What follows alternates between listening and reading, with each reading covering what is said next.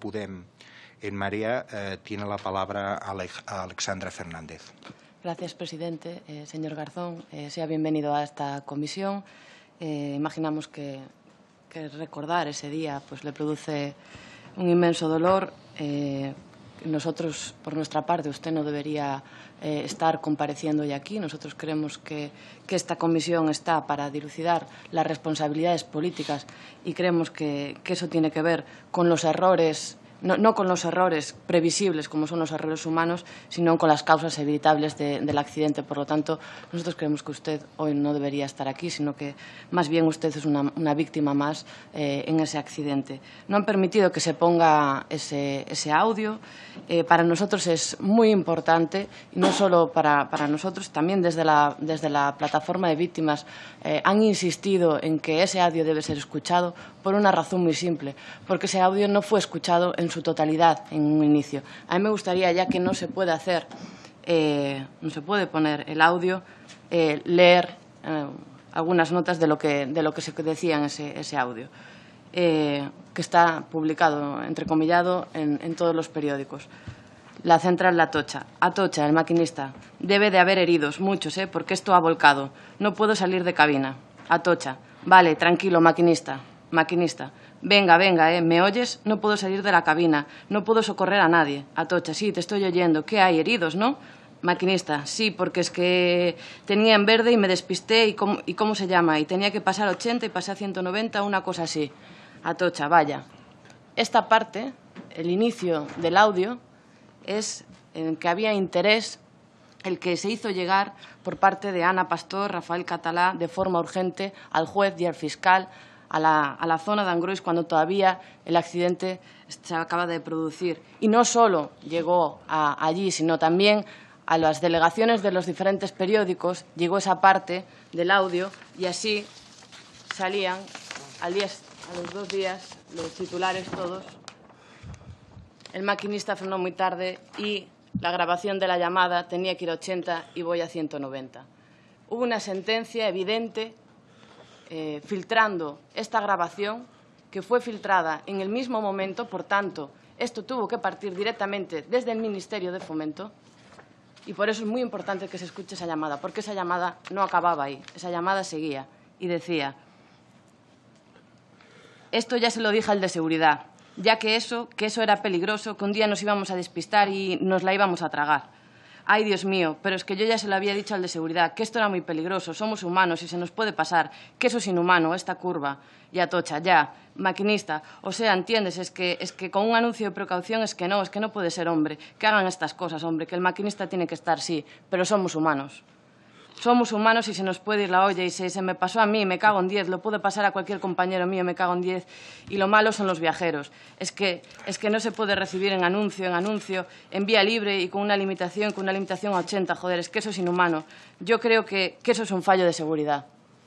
Eso es lo que nunca llegó ni a los periódicos, ni lo que no se quiso transmitir en el momento al fiscal. Por eso era muy importante escuchar ese audio, me parece muy importante que se traslade, porque la opinión pública se conformó al primer momento con todas las portadas de los periódicos que se construyeron a partir de ese tipo de filtraciones. Y no solo eso, sino que el señor Catalá, a las semanas, estaba en entrevistas en Antena 3 acusando a este señor, reconociendo que este señor es que iba con exceso de velocidad. Hubo una sentencia pública previa.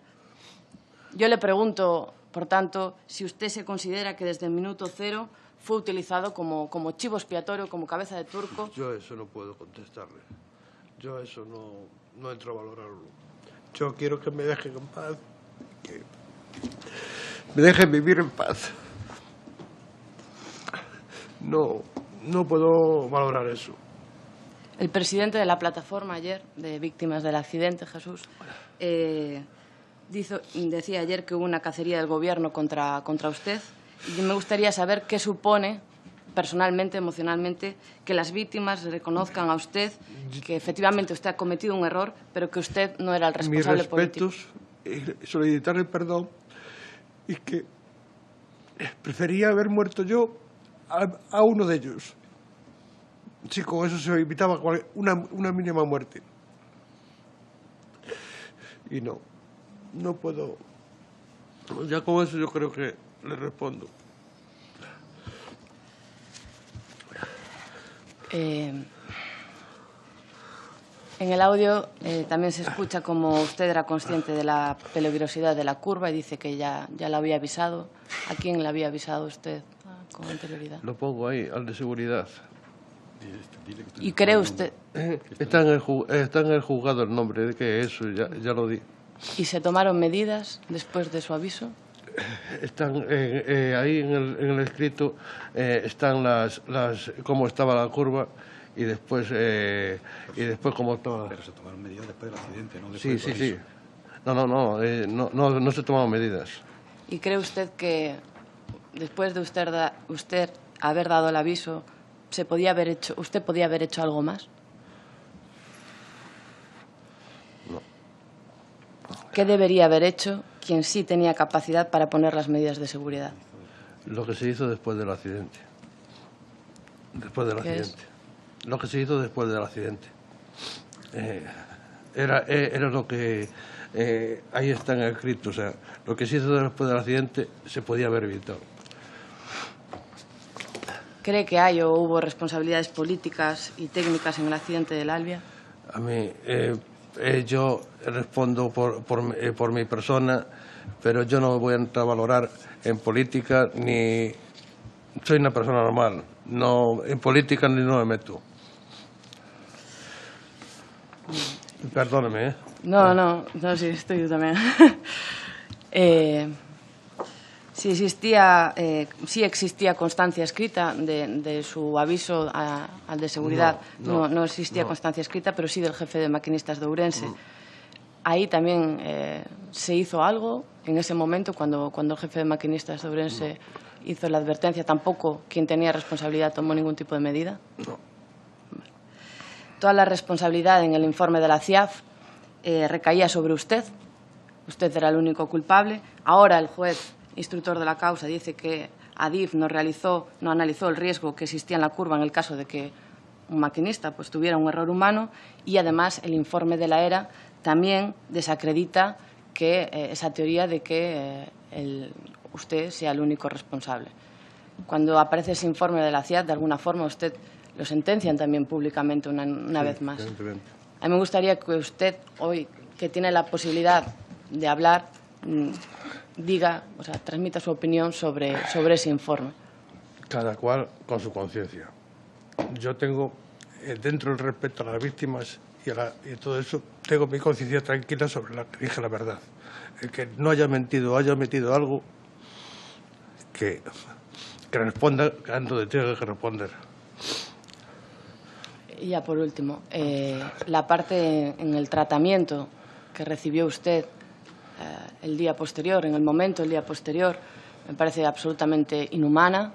De hecho, bueno, lo que usted decía se acredita en las noticias de prensa. El conductor está detenido en el hospital, la policía le interrogará hoy. Necesitaban, eso es lo que estaba destacado en la noticia, parece que necesitaban que usted estuviese ya a disposición judicial y ha recibido un trato lamentable. A mí me gustaría saber cómo le ha afectado eso a usted personalmente, toda esta cacería que ha sufrido, el trato del momento. Estuve mucho tiempo escondiéndome y tratando de evitar la prensa porque no me sentía con fuerzas, no sé, el trato lo vieron ustedes. Yo lo pasaba como podía. Estuve mucho tiempo que no levantaba cabeza.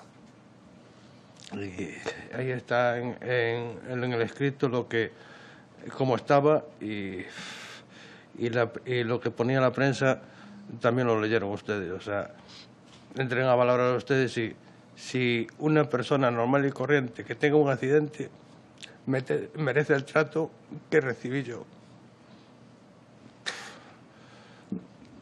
Pues mí nada más. Para mí usted es un trabajador que trabajaba en unas condiciones laborales donde no se garantizaba la seguridad ni de usted ni de los viajeros. Nada. Muchas gracias. ¿Me das